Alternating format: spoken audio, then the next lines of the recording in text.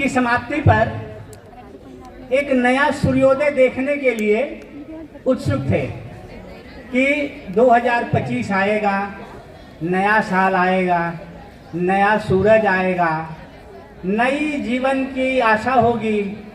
और एक तरफ मन में अंधेरा भी था, निराशा भी थी कि नए साल में क्या होगा क्या नहीं होगा। हमारे जिले में एक बहुत बड़ा परिवर्तन हो रहा था और परिवर्तन का दौर जानते हो, संक्रांति काल होता है। क्या होगा क्या नहीं होगा, सारे प्रिंसिपल, टीचर्स, ऑफिस के स्टाफ सब लोग घोर निराशा में थे। अचानक क्या हुआ, हमारे बीच आदरणीय मुख्य अतिथि बैठे हुए हैं। सर का नाम आपने अभी सुना होगा, आचार्य रामचंद्र सिंघाड़े सर। और इनके पास जो पावर है, जो शक्ति है, जो आशीर्वाद देने की ताकत है, उस ताकत से हमारे जिले में वास्तव में नया सवेरा हुआ और अंधेरा छट गया। और उस अंधेरे के छटने के बाद बच्चों, डिस्ट्रिक्ट के निर्देशन के लिए मुझे बागडोर संभालने के लिए आदेश मिला। सर ने उस अंधेरे को दूर किया, जिले की निराशा दूर हो गई।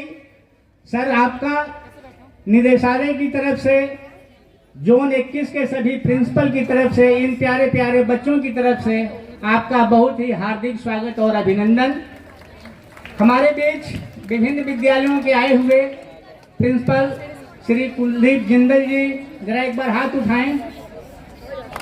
मिस्टर अजय कुमार जी, डॉक्टर मीना रानी कश्यप जी, ये हमारे पड़ोस के प्रिंसिपल आपके कार्यक्रम की शोभा बढ़ाने के लिए यहाँ उपस्थित हैं। आप सभी का हार्दिक स्वागत और अभिनंदन। प्यारे बच्चों, ये तो बात हुई नया सूरज, नई आशा, नई किरण की। जहां पर हमारे कोई आईएएस अधिकारी, एडिशनल डायरेक्टर, जिनके पास दर्जनों ब्रांचेज की पावर है, जिनके पास दर्जनों ब्रांचेज को कंट्रोल करने का, उनको डायरेक्शन देने का, चीफ मिनिस्टर साहब के ऑफिस से बैठ करके काम करने का जिनके पास पावर है, वो आज आपके बीच में मुख्य अतिथि के रूप में बैठे हुए हैं। सर जहां बैठ जाते हैं वो कैंप ऑफिस हो जाता है, कैंप कार्यालय। अभी 1 घंटे से वो यहाँ बैठे हुए हैं और इस 1 घंटे में ये उनका कैंप कार्यालय है। अभी चाहें तो किसी भी आदमी को टाइप करके 2-4 डायरेक्शन अभी साइन करके दे सकते हैं कैंप ऑफिस से।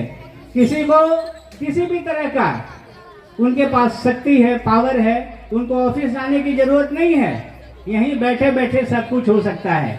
तो इतनी बड़ी शख्सियत के साथ आपके विद्यालय का ये प्रोग्राम चल रहा है। आप बहुत ही सौभाग्यशाली और अपने आप को गौरवान्वित महसूस कर रहा हूँ कि जोन 21 का ये सबसे दूर का स्कूल है, एक किनारे पर ये पड़ा हुआ स्कूल है और सर ने यहाँ तक अपनी जो उपस्थिति दर्ज कराई है, इसके लिए सर का बहुत बहुत धन्यवाद, आभार। और शर्मा जी को भी बहुत बहुत धन्यवाद कि उन्होंने सर से आग्रह किया, सर से समय लिया और सर ने इसको सहज स्वीकार कर लिया। अभी हम लोग जब आए तो आपका अभी कार्यक्रम देखा, आपके विद्यालय में रिजल्ट के बारे में भी बातचीत हुई, प्रिंसिपल साहब ने बताया। मुझे सुन करके लगा कि आपके विद्यालय में बहुत ही पोटेंशियल है, आप में बहुत ऊर्जा है। अभी मैंने योगा देखा, एक छोटे से स्कूल के इतने सारे जो सांस्कृतिक कार्यक्रम थे जिसमें इतनी विभिन्नता और एकता का समागम था, संगीत का संतुलन था, तो एक तरफ उसका कंटेंट बढ़िया था, एक तरफ थिरकन और लय बहुत अच्छी थी। तो कुल मिलाकर के बहुत ही कम समय में आप लोगों ने जो अपनी प्रस्तुति दी, जो अपना प्रेजेंटेशन दिया, जो आपकी भाव भंगिमा थी, जो आपके पार्टिसिपेंट्स थे इतने छोटे से विद्यालय में, आप सभी को बहुत बहुत बधाई, बहुत बहुत धन्यवाद, बहुत बहुत आभार। यहाँ आपके एसएमसी मेंबर्स बैठे हुए हैं, आपके माता पिता बैठे हुए हैं, आप सभी को प्रणाम। मेरी तरफ से आपका हार्दिक स्वागत और अभिनंदन। आपके बच्चे बहुत अच्छा काम कर रहे हैं, अच्छी पढ़ाई लिखाई कर रहे हैं। स्पोर्ट्स और म्यूजिक में बहुत सारी जो एक्टिविटीज स्कूलों में सालों भर चलती रहती है, आप वाकिफ होंगे कि शिक्षा निदेशालय में चाहे वो छोटा स्कूल हो या बड़ा स्कूल हो, कहीं भी हमारे प्रिंसिपल और टीचर्स ऐसा नहीं कि वो दूसरे स्कूलों से बहुत पीछे हैं। इस छोटे से स्कूल में जितना पोटेंशियल है, जितनी ऊर्जा है, बच्चों में जितना दमखम है, टीचर्स में जितनी ताकत है, पावर है, मेहनत करने की शक्ति है, उसे देख करके हम कह सकते हैं कि आने वाले समय में हमारा ये विद्यालय एक गौरव को प्राप्त करेगा, नई ऊंचाई को प्राप्त करेगा और ये विद्यालय समस्याओं से जैसे आज मुक्त है, आगे भी मुक्त रहेगा। प्यारे बच्चों, अभी आप पीछे मुड़ के बात कर रहे थे। मैं कल बात कर रहा था किसी से, तो उस आदमी ने जानते हो मुझसे क्या कहा? सर, ये पॉइंट पे ना मैंने पढ़ा है, मैं जानता हूं, लेकिन मेरे जुबान पे नहीं आ रहा है। मैंने कहा जुबान पे नहीं आ रहा है, एक बार पढ़ चुके हो? तो बोला हाँ। हमने कि उसको निगाहों से देख चुके हो? तो हाँ, देखा है। मैंने कहा माइंडफुलनेस जानते हो? सचेतन। हमारे सरकारी स्कूलों में माइंडफुलनेस का कार्यक्रम चलाया जाता है और ये बोर्ड परीक्षा के लिए, ध्यान के लिए बहुत जरूरी है। जब आपको कुछ समझ में ना आए, जब लगे कि हमारा प्रेजेंटेशन, हमारा कंटेंट कहीं लुप्त हो रहा है, ध्यान नहीं लग रहा है, तो 5 मिनट के लिए आंख बंद कर लो, मौन हो जाओ। 5 मिनट यदि आप मौन हो जाओगे, आंख बंद कर लोगे, तो मस्तिष्क जो है अपने आप को ताकतवर बना लेगा, वो बिल्डअप कर लेगा, रिचार्ज कर लेगा अपने आप को। अभी परीक्षा आने वाली है, आगामी परीक्षा के लिए आपकी तैयारी माइंडफुलनेस के साथ होनी चाहिए। जहां लगे कि अरे इस पे दिक्कत आ रही है, तो 2-3 मिनट के लिए आंख बंद करके सोचना शुरू कर दो, है ना? अपने ध्यान को केंद्रित कर लो, सब कुछ बंद कर लो, तो देखो मस्तिष्क अपने आप जो है काया पलट कर देगा, पूरी ताकत के साथ आपके याददाश्त को मजबूत कर देगा। अभी परीक्षाओं के दौर में बच्चे कंटेंट भूलने लगते हैं। मैं अभी एक स्कूल का इंस्पेक्शन करके हरगोविंद जी के साथ आया, तो टीचर्स बता रहे थे कि 1 हफ्ते के बाद बच्चे बताते हैं कि हम भूलने लगते हैं। तो इस उम्र में भूलने की जो दिक्कत है कि बच्चे भूलने लगते हैं, जानते हो क्या है? कि बच्चे अपने आप को कंट्रोल नहीं कर पाते, नियंत्रित नहीं कर पाते। कुछ बच्चे टीवी में लग जाएंगे, कुछ मोबाइल में लग जाएंगे, कुछ यार दोस्तों से बात करेंगे, कुछ रिश्तेदारों को फोन करेंगे। तो जब एग्जाम आ जाए तो आप अपने आप को सबसे डिस्कनेक्ट कर लो। परीक्षा की अच्छी तैयारी तभी हो जाएगी कि आप सबसे डिस्कनेक्ट कर लो, अपने आप में कछुए की तरह से सारे अंगों को मोड़ सिकोड़ करके सारा फोकस पढ़ाई पर करो। क्लास में घंटी 45 मिनट की होती है। पूरे दिन में यदि 45 मिनट और 2 घंटा अलग से मान लो, यदि 2 घंटे तक बिना ध्यान विचलित किए हुए यदि आपका पढ़ाई पर पूरा फोकस है, तो पूरा 100% नंबर आएगा। ठीक है? तो परीक्षा की तैयारी ऐसे करो कि आपका पूरा फोकस 2 घंटे तक इधर उधर नहीं जाना चाहिए।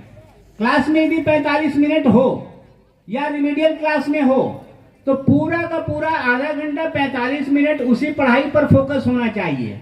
तो ये आज की ज्यादा चुनौतीपूर्ण चीजें हैं।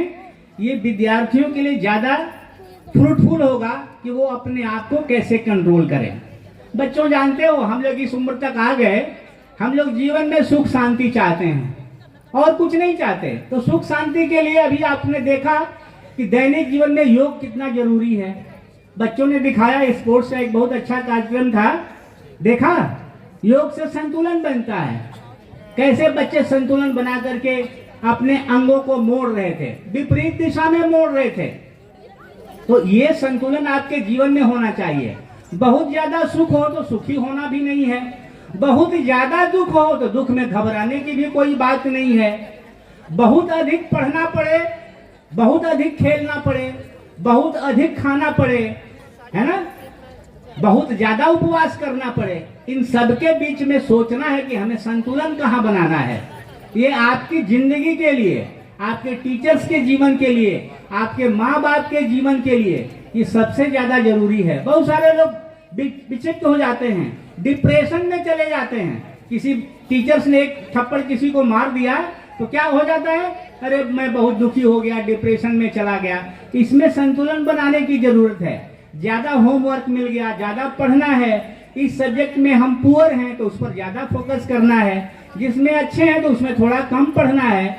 तो ये जो संतुलन है ये विद्यार्थी जीवन के लिए, उसकी पढ़ाई के लिए, उसके विकास के लिए, ऑलराउंड डेवलपमेंट के लिए बहुत ज्यादा जरूरी है। अभी मैं आपको एक छोटी सी कथा बताता हूँ, कहानी। कबीरदास का नाम सुना होगा। कबीरदास जी बड़े ध्यान में रहते थे, बहुत मतलब उनकी चर्चा थी, ख्याति थी। तो कबीरदास जी के बारे में ऐसी चर्चा हुई तो एक दो लोग बोले कि इसको बदनाम कर देते हैं। कैसे बदनाम कर देते हैं कि कबीरदास ने निमंत्रण दिया है भोज का, उसके यहाँ भोज है, फलाने तिथि को कबीरदास ने भोज का आयोजन किया है। बहुत सारे साधु फकीर आसपास के गांव से कबीरदास जी के यहाँ इकट्ठा होने लगे। दरवाजे पर भीड़ बढ़ने लगी तो उन्होंने एक दो लोगों से पूछा कि मेरे दरवाजे पर इतनी भीड़ क्यों लग गई। तो लोगों ने कहा आपने भोज का निमंत्रण दे रखा है, तमाम लोग आकर के बैठे हुए हैं, जैसे आप लोग बैठे हुए हो। अब कबीरदास बड़े दुखी हो गए। फिर उन्होंने ध्यान लगाया, प्रभु से प्रार्थना की। देखो ध्यान की ताकत देखो, ध्यान लगाया, प्रभु से कहा कि प्रभु कैसे इज्जत बचेगी, खाने के लिए मेरे दरवाजे पे भोज खाने के लिए इतनी सारी भीड़ इकट्ठा हो गई। परमात्मा ने कहा कि चलो तेरा बेड़ा पार करते हैं। परमात्मा की कृपा हुई और उस ध्यान की ताकत से देखो भक्त के बस में भगवान कैसे होता है। ध्यान देखो, ध्यान की मैं बात कर रहा हूँ, विद्यार्थी ध्यान ही तो लगाता है। ध्यान की ताकत से क्या हुआ कि परमात्मा को खुद ही भोज का आयोजन करना पड़ा। उन्होंने बहुत सारे रसोईयादार तैयार कर दिए, दुनिया भर के व्यंजन आ गए, लोग परोसने भी लगे, लोग खा खा खा के चले भी गए। लोगों ने कहा अरे कबीरदास ने बड़ा अच्छा भोजन करवाया, हम लोग तो इसकी इज्जत लूटने आए थे कि अरे इसके दरवाजे पे गाली देंगे, पत्थर चलाएंगे, है ना, हो हंगामा करेंगे, तुमने भोज का निमंत्रण दिया खिलाया नहीं। जब कबीरदास का ध्यान टूटा तो उन्होंने देखा कि भीड़ चली गई, बहुत सारा पत्थर पड़ा हुआ है। पूछा कि क्या हुआ, तो लोग खा खा करके चले गए। लोग बहुत सराहना कर रहे थे, है ना, चटकारे ले लेकर के खाए, पेट सहलाते हुए गए। कहा प्रभु तूने मेरी इज्जत बचा ली। तो ये सब होता है ध्यान की ताकत। यदि विद्यार्थी बचपन से यदि ध्यान की साधना करे तो इस साधना से उसको बहुत कुछ प्राप्त हो सकता है। तो आगामी परीक्षा के लिए, बोर्ड एग्जाम के लिए और आपका एनुअल एग्जाम है, उसके लिए बहुत सारी शुभकामनाएं और बधाई। आपके माता पिता आपको इसमें मदद करें। आप यदि 10, 11, 12 बजे रात तक पढ़ रहे हैं तो उनको भी आपके साथ बैठना चाहिए, पास में बैठना चाहिए। आपका बच्चा मोबाइल लेकर के बहुत देर रात तक जगा हुआ है, क्या कर रहा है, उसको देखना चाहिए। उससे मिलने कौन से मित्र आ रहे हैं, अच्छे हैं बुरे हैं, लड़का कहाँ जाता है, लड़की कहाँ जा रही है, इन सब चीज़ों पर पूरा का पूरा नियंत्रण और कंट्रोल करना जरूरी है, जिससे आपके जीवन में समस्याएं कम होंगी और आपका बच्चा आने वाले समय में बहुत अच्छा करेगा।